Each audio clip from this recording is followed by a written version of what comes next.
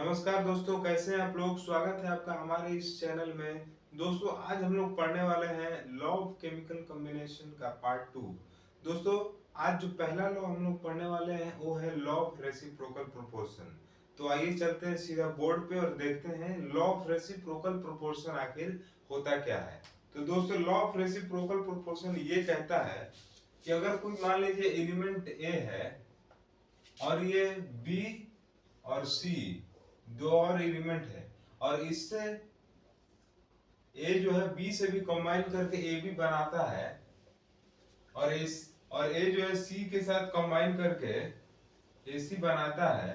तो law of reciprocal proportion ये कहता है कि अगर फिक्स मास है ए का, अगर फिक्स मास है ए का जो बी और सी के साथ कंबाइन कर रहा है, तो जो रेशियो है क्या कहते हैं बी फिक्स मास ऑफ ए के साथ जो इसका रेशियो है बी और सी का, बी और सी का वो सेम प्रोपोर्शन में होगा जब बी और सी खुद आपस में रिएक्ट करके बीसी बनाएंगे।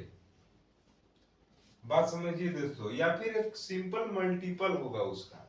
यानी कहने का मतलब ये है कि अगर ए जो है बी के साथ मिलके ए बी बना रहा है और ए जो है सी के साथ मिलके ए सी बना रहा है, तो मान लीजिए कि इसका मास फिक्स है, इसका मान लीजिए 1 है और इसका भी 1 है, और इसका जो है 2 है, और इसका जो है मास 3 है।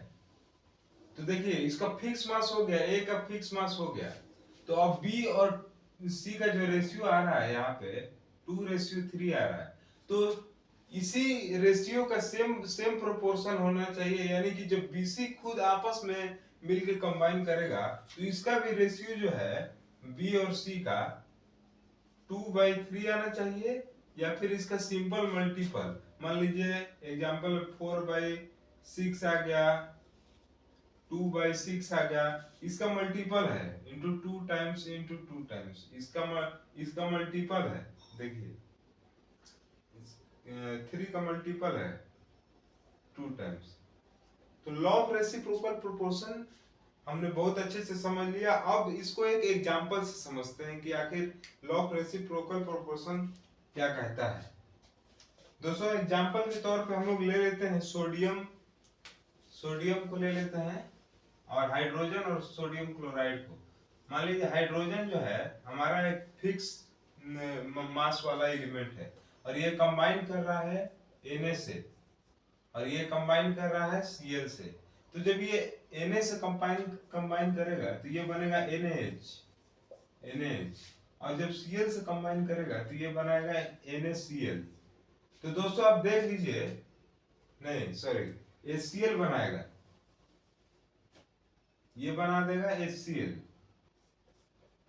तो दोस्तों देखिए इसमें कि हाइड्रोजन का जो मास है वो 1 है, यहाँ पे भी 1 है, यहाँ पे 35.5 जो है क्लोरीन का है, और यहाँ पे हो जाएगा 23, यहाँ पे हो जाएगा 23 जो कि सोडियम का एटॉमिक मास है।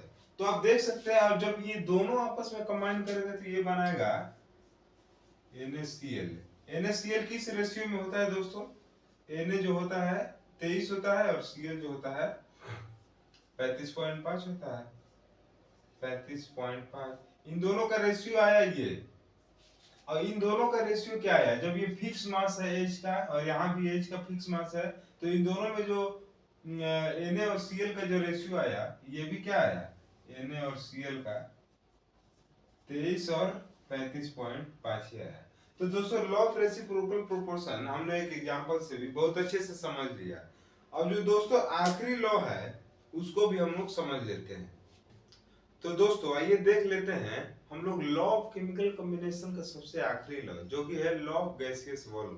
दोस्तों, लॉ ऑफ गैसियस वॉल्यूम ये कहता है कि जितने भी गैसेस हैं वो वो वॉल्यूम के सिंपल रेशियो में रिएक्ट करते हैं, और यदि उनका जो प्रोडक्ट है वो भी गैसियस है तो उसका भी एक सिंपल रेशियो होगा रिएक्टेंट के वॉल्यूम से। तो इसी बात को हम लोग लिख लेते हैं दोस्तों।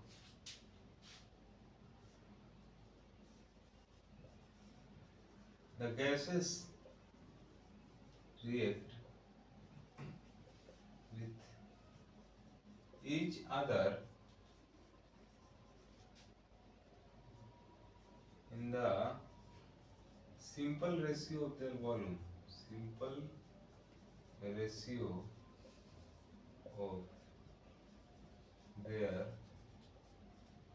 volume, and if product is also gaseous, then it is also in simple ratio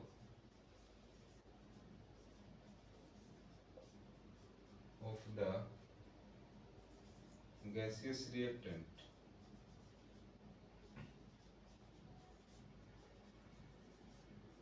और ये सभी बात बोली जा रही है एक सिमिलर कंडीशन ऑफ टेम्परेचर पे और प्रेशर पे.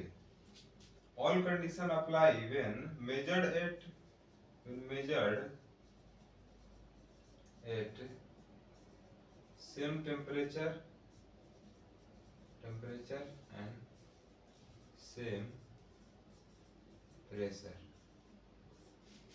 तो दोस्तों आपने समझ लिया. अब इसको हम लोग एक एग्जांपल से समझ लेते हैं कि आखिर लॉ ऑफ गैसियस वॉल्यूम क्या कहता है. दोस्तों पहला एग्जांपल हम लोग लेते हैं HCl बनाने का. तो यहाँ पे एग्जांपल H2 प्लस Cl2, यहाँ पे होगा 2HCl. देखिए इसका एक है 1 मोल H2, 1 मोल Cl2 और 2 मोल HCl बना. तो यानी कि इसका रेशियो होगा 1:2. एक सिंपल रेशियो है. अब जो दूसरा है वो ले लेते हैं वाटर का, H2 प्लस O2 H2O. इसका बन जाएगा 2H2O और यहाँ 2H2 और 2H2O. यहाँ पे रेशियो बन जाएगा 2:1 और 2. एक सिंपल रेशियो में बन गया.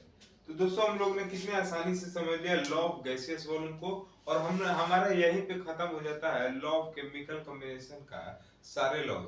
तो दोस्तों आशा करता हूँ आप लोग को ऐसा हमारा जो प्रयास है वो बहुत ही अच्छा लगा होगा. तो ऐसे और वीडियोस देखने के लिए हमारे चैनल को सब्सक्राइब कीजिएगा. जय हिंद दोस्तों.